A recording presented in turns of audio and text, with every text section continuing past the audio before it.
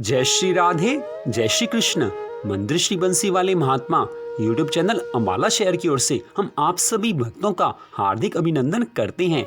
आज हम आपको बताने जा रहे हैं कि आखिरकार भीष्म पितामह ने द्रौपदी की चीरहरण के समय रक्षा क्यों नहीं की। द्रौपदी के पुकारने पर भी भीष्म पितामह ने चीरहरण के समय द्रौपदी की रक्षा क्यों नहीं की। भीष्म पितामह मां गंगा के पुत्र, धर्म के विद्वान और सबसे बढ़कर भगवान श्री कृष्ण के अनन्य भक्त थे, लेकिन फिर भी उस सभा में द्रौपदी की रक्षा नहीं कर पाए। उस समय द्रौपदी की रक्षा परमपिता परमात्मा भगवान श्री कृष्ण ने अपने वस्त्र अवतार के रूप में की। भगवान श्री कृष्ण ने वस्त्र का रूप लेकर द्रौपदी की रक्षा की है, लेकिन भीष्म पितामह ने द्रौपदी की रक्षा क्यों नहीं की।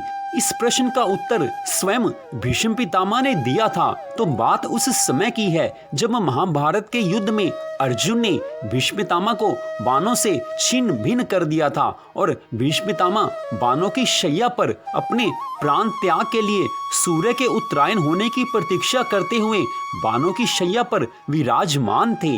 तो उसके बाद महाभारत के युद्ध में पांडवों की विजय हुई, पांडव जीत गए। भगवान श्री कृष्ण की कृपा से पांडव उस युद्ध में जीत गए, लेकिन युधिष्ठिर ने राजगद्दी पर बैठना स्वीकार नहीं किया, क्योंकि युधिष्ठिर महाराज ये सोचते थे कि सारा महाभारत का युद्ध उन्हीं के कारण हुआ है।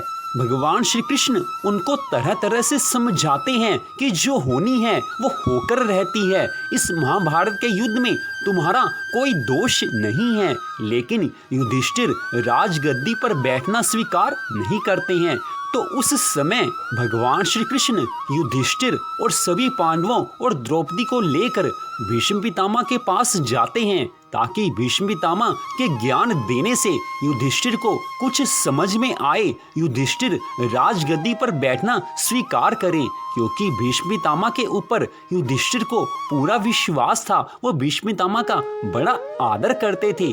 भीष्म पितामह के धर्म ज्ञान के संबंध में युधिष्ठिर को कोई शंका नहीं थी, इसलिए भगवान श्री कृष्ण भीष्म पितामह के समीप गए। जिस समय भीष्म पितामह बाणों की शैया पर विराजमान थे, उस समय भगवान श्री कृष्ण के कहने पर युधिष्ठिर ने भीष्म पितामह से धर्म के बारे में सारा ज्ञान पूछा। युधिष्ठिर के पूछने पर भीष्म पितामह ने उन्हें वर्ण, आश्रम तथा राजा प्रजा आदि के विभिन्न धर्मों का उपदेश दिया। उस समय धर्म का उपदेश चल ही रहा था कि द्रौपदी को हंसी आ गई। भीष्म पितामह ने यह देखकर कहा कि हे बेटी, तू क्यों हंसी? तेरे हंसने का कारण क्या है? द्रौपदी ने संकुचित होकर कहा कि हे पितामह, मुझसे भूल हुई। पितामह, आप मुझे क्षमा करें, मेरी गलती को आप क्षमा करें। लेकिन भीष्म पितामह को इससे संतोष नहीं हुआ। वे बोले, हे बेटी, कोई भी शीलवती कुल वधू गुरुजनों के सम्मुख अकारण नहीं हंसती।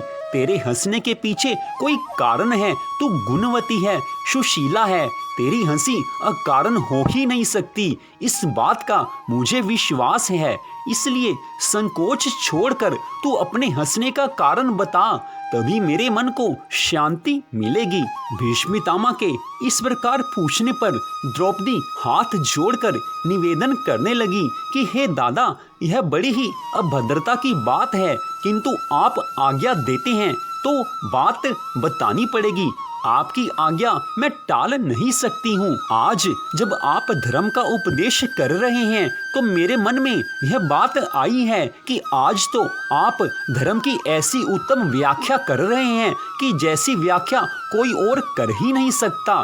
किंतु कौरवों की सभा में जब दुशासन मुझे वस्त्रहीन करने में लगा था, तब आपका यह धर्म का ज्ञान कहाँ चला गया था?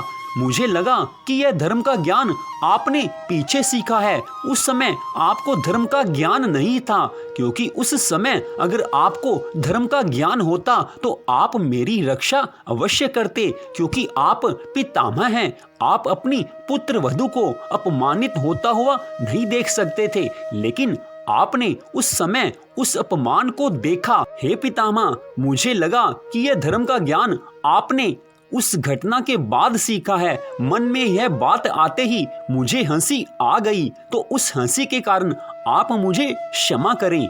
पितामह भीष्म ने शांतिपूर्वक सबके सामने समझाया है कि हे बेटी, इसमें क्षमा करने की कोई बात नहीं है। मुझे धर्म ज्ञान तो उस समय भी था जब तुम्हारा वस्त्र हरण हो रहा था, परंतु दुर्योधन का अन्यायपूर्ण पाप से भरा हुआ अन्न खाने से मेरी बुद्धि मारी गई थी, मेरी बुद्धि मलिन हो गई थी। इसीलिए उस धूत सभा में, कौरवों की उस धूत सभा में धर्म का ठीक निर्णय करने में मैं असमर्थ हो गया था।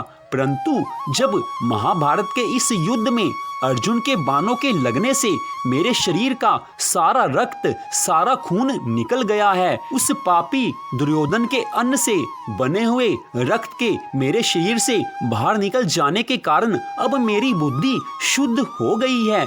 इसलिए इस समय मैं धर्म का तत्व ठीक समझता हूँ और उसी को आप सबको समझा रहा हूँ, उसी की विवेचना कर रहा हूँ। इसलिए हे द्रौपदी, उस समय भी मेरे को धर्म का ज्ञान था, किंतु दुर्योधन के पापमय अन्न खाने से मेरी बुद्धि मारी गई थी। किंतु इस समय मेरे शरीर में दुर्योधन के द्वारा दिए गए अन्न का एक भी रक्त का कण शेष नहीं बचा है। इसलिए धर्म की चर्चा मैं आप सबसे कर रहा हूँ। हे पुत्री, यही कारण है कि उस समय मैं धर्म के विषय में सही निर्णय नहीं कर सका। उसके लिए मैं आप सबसे क्षमा मांगता हूँ। तो इस प्रकार स्वयं भीष्म पितामह ने भगवान श्री कृष्ण के सामने और पांडवों और द्रौपदी के सामने उस समय द्रौपदी की रक्षा न करने का कारण बता दिया था कि उन्होंने उस समय क्यों द्रौपदी की रक्षा नहीं की। यहाँ पर भीष्म पितामह ने स्पष्ट किया है कि पापी दुर्योधन का अन्न खाने से उनकी बुद्धि मारी गई थी, इसलिए उस समय वो धर्म का निर्णय नहीं कर सके। तो मंदिर श्री बंसी वाले महात्मा यूट्यूब चैनल अंबाला शहर की ओर से आपने इस कथा को सुना कि जिसमें बताया गया है कि भीष्म पितामह ने द्रौपदी की रक्षा उस समय क्यों नहीं की, धर्म का निर्णय उस समय क्यों नहीं कर सके जब द्रौपदी का चीर हरण किया जा रहा था। वो तो भगवान श्री कृष्ण ने द्रौपदी की रक्षा कर ली, क्योंकि भगवान श्री कृष्ण तो सदा अपने भक्तों की रक्षा करते हैं। तो इस कथा को सुनने के लिए आप सबका हार्दिक धन्यवाद। भगवान श्री राधा कृष्ण जी की कृपा सदा आप सब पर बनी रहे, इसी मंगल कामना के साथ जय श्री राधा रानी सरकार की, जय श्री कृष्ण भगवान की, जय जय श्री राधे, जय जय श्री राधे, जय जय श्री राधे श्याम।